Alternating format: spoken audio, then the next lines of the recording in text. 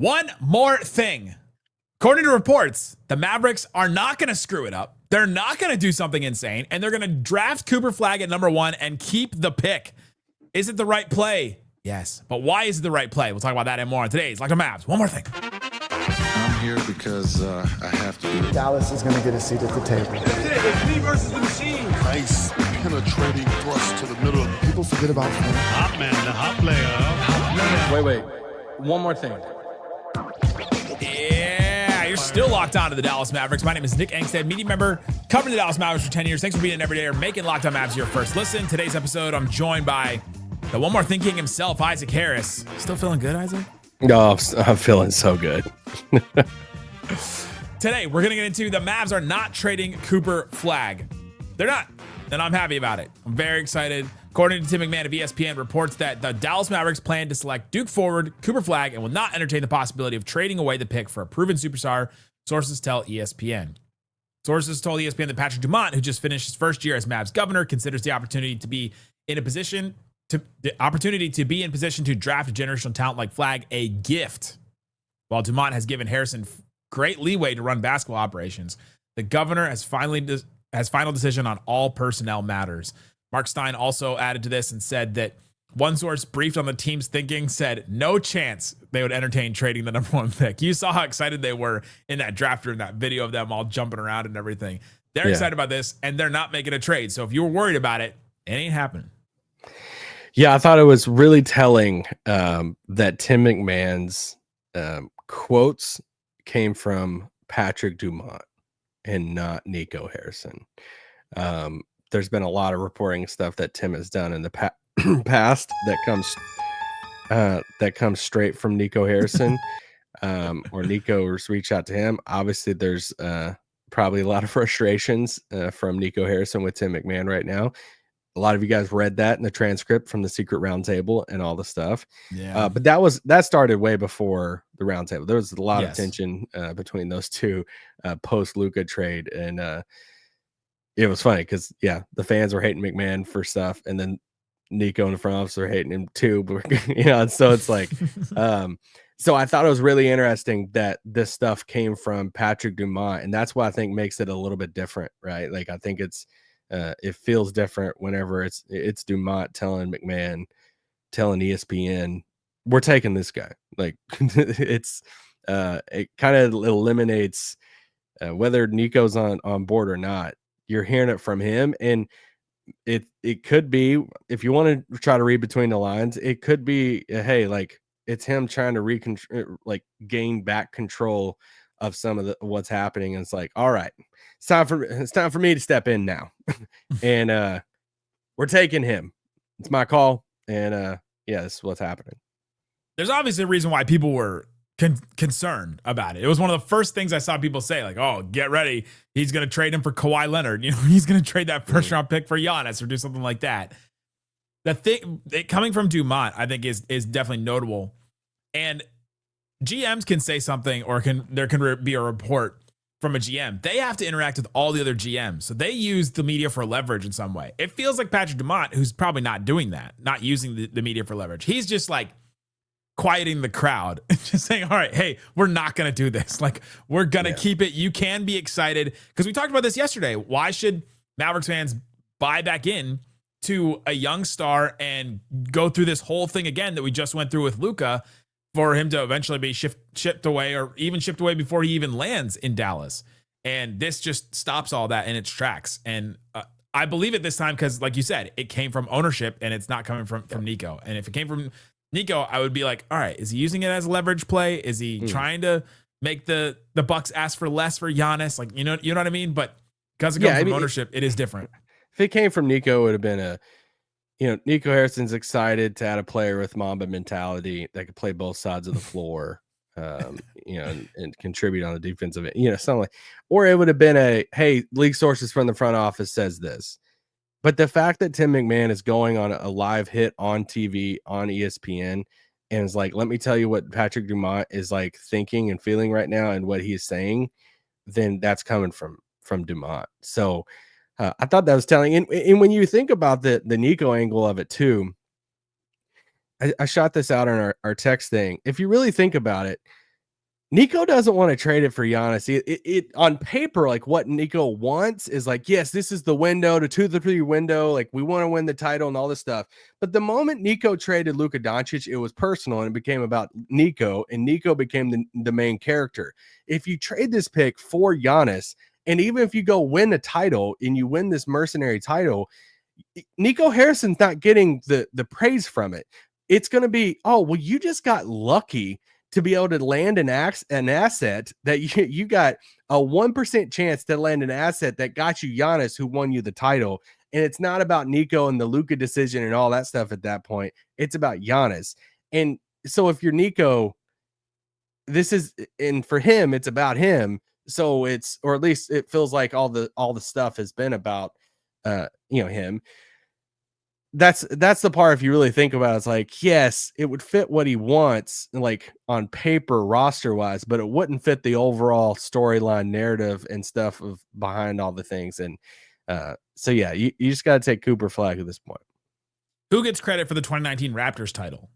Because I don't think it's always Masai Ujiri. It's Kawhi always, right? Like that's the first. Well, they had Kawhi and then they won and then he left and then they never did anything again. You know, it's like that. I feel like that's what people associate it with. And so, yeah, it's like that. It would be the mercenary title like that. I think that's a very interesting point about what it would mean. But it also, like, Cooper Flagg, the future is more important than the present for the Mavericks. Okay, let me ask you this. Does the fact that they have committed to taking Cooper Flagg tell you that Nico is no longer in charge? It tells me this. He no longer has unchecked power, which is what he had before, definitely in February. He no longer can just do whatever he decides to do, right? Because we kept looking for, all right, who did he run this by? Does Jason Kidd know? Did Kyrie know? Did Luka know? Did anyone in the front office know? Did Patrick Dumont know? Like, did anybody know? And it was like, no, this was his decision. He made it. Him and Rob Pelinka decided that the Mavericks were going to do this. They decided together at Ascension Coffee. And we're like, okay, well, then it's all on Nico and maybe Adam Silver. It was all on Nico. And that's it. And now it's like, okay, Dumont is now part of this and not just signing off on anything that runs across his desk now. Yeah, which very well could. I mean, I got a little scared whenever it was like, was the report came out after they won the lottery, is that he was, at a track meet with his kids and he got the call from Mark Cuban and all the stuff. And they were, screaming, excited and all the stuff. I'm like, is this the only thing we're going to hear about from Dumont through this whole thing, that he got it? Did you see the video of Cuban? I did, yeah. Him and his son are like in a hot tub or something, or like they're in a sauna or something, and he like jumps up and his son is filming. Not going to question what's going on, but it's just funny looking. So yeah, that's why the Tim McMahon hit on ESPN today. I just thought that was really telling in a lot of sense. And if you are looking at it saying, like a lot of these talking heads on radio shows and everything, that's like, well, this is what Nico wants. He's going to trade the pick. He wants to, win now. He wants the title. He said the 2 to 3 years, all the stuff and everything. If you believe that is the number one goal from Nico Harrison, then this doesn't fit that, because you could trade Cooper Flagg right now or in a few weeks and get somebody to help you, like a Giannis, to help you win a title right now. And that's not the number one goal right now. The number one goal is the long-term sustainability of the Mavs. And not saying, like, obviously Cooper Flagg's going to help you win now and be a win now player right now. But if you're talking about 1 year, Giannis helps you win the title more in the first year than Cooper Flagg does. So that tells me a little bit there that, yeah, it's not the same type of control that Nico has, 6 months ago. Coming up, is this the right call? What trade should they have looked at? I want to talk about the trade down with San Antonio and get all that other stuff that we've talked about. After I had you last night. Yeah. Is it the right call? We'll talk about that more.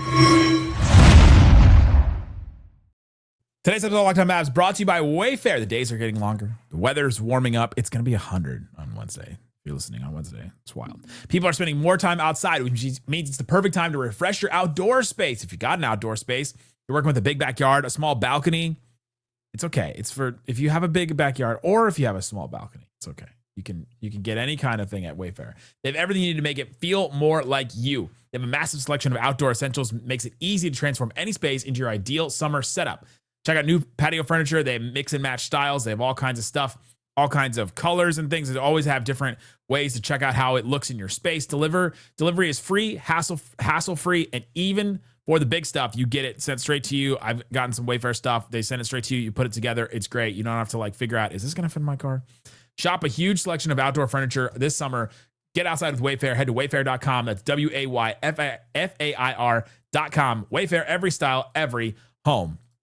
Also brought to you by Car Guru. Shopping for a car should be exciting, not exhausting, but between confusing prices, hidden fees, it can be overwhelming. There's so many different car dealerships out there, and you got to figure out how to like compare all of them from different sites and with different things like that.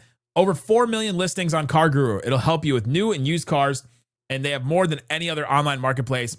They verify dealers, they provide real price analysis, and they give you the tools and data you need to make the right choice without second guessing yourself. It's no wonder SimilarWeb estimated traffic data shows Car Guru is the #1 most visited car shopping site. The #1. Check it out. Buy or sell your next car today with Car Guru at carguru.com. Go to carguru.com. Make sure your big deal is the best deal. CARGURUS.com. Carguru.com. Shut it down! Let's go home! Thanks for hanging out with us on Locked On Mavs. One more thing, bonus episode. We did an episode earlier today talking about Cooper Flagg and basically a profile of him. Who is he? What's he bringing to the Dallas Mavericks? We talked all about that. This episode, we've been talking about the Mavs aren't going to trade the picks, so they are getting Cooper Flagg. We don't have to sit and worry about, oh my gosh, are they going to make this trade? However, should they have made a trade? Because something that we kind of talked about yesterday, and Isaac and I just kind of sat in our disbelief. And we're just like going back and forth about, I can't believe this is happening. And then we also were saying, well, what could happen? What should they do? What are they going to do with PJ? What are they going to do with Gafford? Like, we went all back and forth about this. One scenario we talked about was the Mavs trade down with San Antonio. They get #2, get Dylan Harper. Maybe you get a Stephon Castle, just one Rookie of the Year. Maybe you get a future pick along with it. Maybe you get another future pick along with it. Then you have a bunch of picks. You get your guard in Dylan Harper. You also get another kind of guard in Stephon Castle. You fill a need. You also save up for your future. Like, that could have been a good move. Your thoughts on the Mavs not doing something like that? Yeah, just because Cooper Flagg's the better long-term prospect for it. Some of you might be saying, well, how would San Antonio even do that? I mean, you would be pairing Cooper Flagg, Wemby, and De'Aaron Fox together for a long time. So that'd be a crazy big three. But yeah, I mean, I think that's a crazy package to think about, and it would be awesome. But I'm still just keeping Cooper Flagg at that point. I think you look at other teams back in the lottery. I mean, can you imagine some of the calls that they're probably getting from some teams and stuff right now? Like, is Charlotte calling saying, I'm gonna throw at you a bunch of random ones here, but is Charlotte calling and saying, hey, LaMelo and 4? And is that what's happening? I'm hanging up that phone so quick on a LaMelo and 4. Oh no, I know. I'm hanging up the phone on all these. I'm just saying, like, what are the teams offering it? Is New Orleans calling saying, all right, Zion and Zion pick 7 and future first? And give me Herb too. Yeah, Herb. And it's like, no, sorry. Brooklyn's like, we'll give you all of our picks with pick 8. It's like, no. Is Toronto calling saying Scotty Barnes and pick 9 for Cooper Flagg? Miss me on that. I'm not that big of a Scotty Barnes guy. Is there any combination with Houston, 2 or 3 players with the 10th pick that you're listening to, whether it's Jabari, Şengün, 10, and a bunch of different stuff? Amen would be the one I'd think about, but no, I don't think they're going to do that. Oh, I think they would. I think they would offer it. Yeah. Amen 10 and something else. Yeah, Amen 10, Jabari. Your eyebrows went up. Amen's really good. He's really good right now, and he's really good defensively in the NBA right now. Yeah, I like him a lot. I like his brother a lot too. I think I'm still keeping Cooper Flagg at that point, though. I think I am too. But it is interesting, and you think about the trades that could have happened Was there any? We talked about Giannis a lot. Was there any star you would have considered trading him for? I mean, Wemby. That's the Anthony Edwards. Yeah, I mean, Anthony Edwards, I thought about a little bit. I was like, man, because I love Ant. I think Ant would be great in Dallas. It's just at that point, it just turns into like resetting the timeline, and you're getting Cooper Flagg at 18. Like he just turned 18 in December, so we're talking like 5 months ago, 6 months ago. I mean, so yeah, Anthony Edwards is definitely a little tempting for me. What's Ant? How old is he now? I forgot how old Ant is now. I mean, he's on his second contract, right? Ant is 23 years old. Is about to turn 24 in August. Yeah, okay. That's a little bit more tempting than I thought it would be. So Wemby for sure. Anthony Edwards, I'm thinking about. Would you do like SGA? No. Really? Even though he's going to win the MVP. The hard thing about SGA is that the money that's coming up for him. Yeah. It's just really hard to make a trade like that work with a player making that much money. How old's SGA now? I think he's older than Luka, so I think he's 27. Yeah. He's going to be 27 in July. See, that's the thing. It's like, yes, he's a proven MVP guy right now. And like you get it. If they did it and like you would get it and understand it. But he's almost 10 years older. He's 9 years older right now. And he's making 38 million in 2025-26. That's more palatable than a 54 million of like the KDs and the Giannis's that we've been talking about. Yeah. No, you could definitely get there salary wise. But once again, I think you have to factor in, or at least what I was factoring into it too, is because some of you probably like, dude, you're insane. You wouldn't take the proven of Anthony Edwards at 23. We are insane. Like, it's fine. And it's like, hey, I get it. Like, and if they did it, I would understand it completely. But you have to understand the history with Mavs fans too, of there is an attachment to this longtime superstar, megastar, and Dirk Nowitzki. And then this attachment to the next player. Like the Mavs fans are used to having this loyal player that you bring in and you're attached to and everything. And this is why the fallout from the Luka thing has surprised Nico and everybody because they underestimated the attachment that this fan base can have with a single player. And that's the thing you got to factor in a little bit too is, oh man, you could have one of those guys again in a Cooper Flagg that this fan base can rally around for years to come. Or you go and trade for a Giannis, an SGA, or somebody like that, then it like fans would adopt it and be like, all right, this is great, but it's just a little bit different, right? So I think you just got to factor it in just a little bit. There's no other players though I'm like thinking about. Not even Luka Doncic. Someone asked me this question today. Would I trade Cooper Flagg straight up for Luka Doncic right now? No. Explain yourself. Sorry. I'm sorry. I'm just saying no. It's wild. Wild the turn of events. One more thing.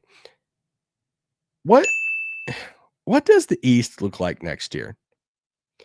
Because Giannis could very well get traded to the West. Jason Tatum's probably out all of next year. So, like, are we looking at the Knicks and Pacers again? Like, I guess the Cavs can just, that's the case for the Cavs to run it back. Cavs are going to they'll win 70 games next year because the East is going to be so bad. Oh, and you also look at the bottom of the East. Wizards are not going to get much better. Hornets are not going to get much better. Are the 76ers going to be back up? The Nets are going to be somehow worse.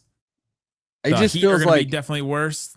The Hawks are going to be worse because they've lost players last year. Yeah, I mean, you hope the young teams like the Magic and Pistons will take another step forward.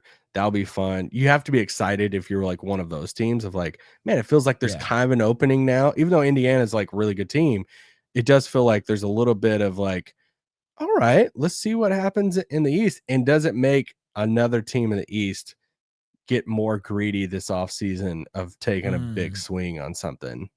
Yeah, that'll be. It's just something I'm looking at. After the Tatum injury, it made me think about it more. That Tatum injury is brutal. I don't know. I hate it. I hate it for him, man. And that team, all of a sudden, like all of a sudden that team, I was listening to Corrales on Locked On Celtics today. All of a sudden that team goes from, all right, we're thinking we're going to win the title this year, multiple titles, to like, oh, now we're in salary cap hell. Now we're sending Jaylen Brown to Houston. So dealing with all the ramifications of being a repeater tax team in the second apron. Porzingis is an expiring deal this year. You've still got Drew Holiday to pay for like the next 3 years. You just have. They're going to gut the team this offseason. Maybe. Well, they're going to sell the team too, so they're going to gut the team and sell it at the same time. I've heard that that's not good for the valuation of the team. I don't know if that's.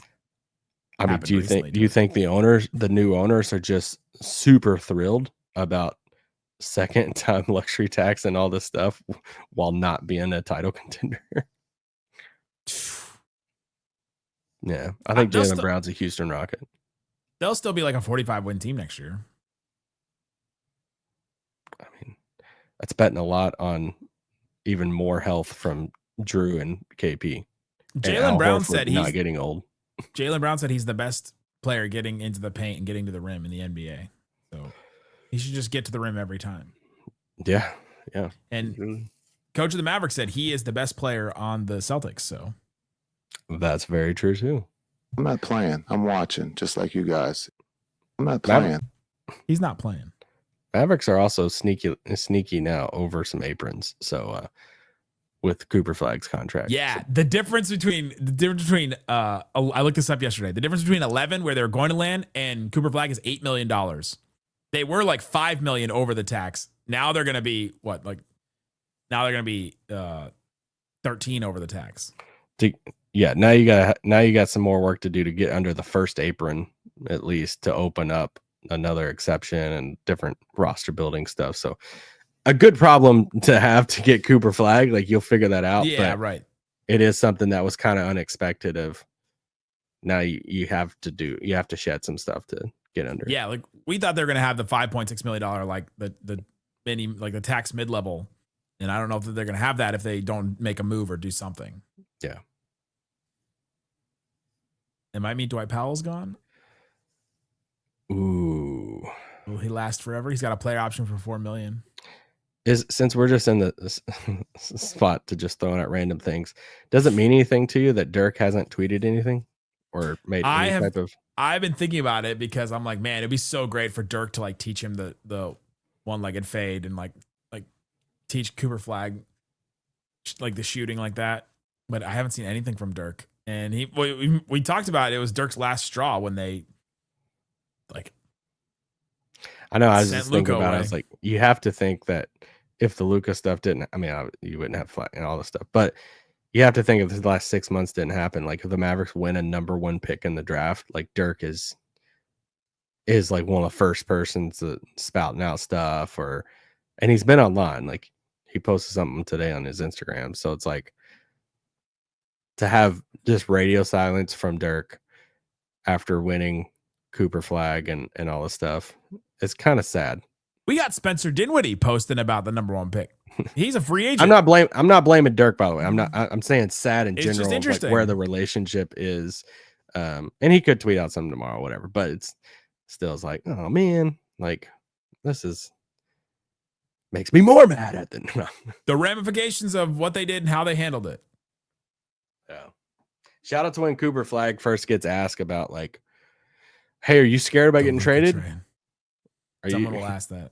It'll probably be you. Cooper, why shouldn't you be the number 1 pick? Why shouldn't you be traded? Thanks for hanging out with us on Locked On Mavs bonus episode. Go check out the episode we did earlier today. Guys, thanks for listening to Locked On Mavs. One more thing. Peace out. Boom. Tumultuous.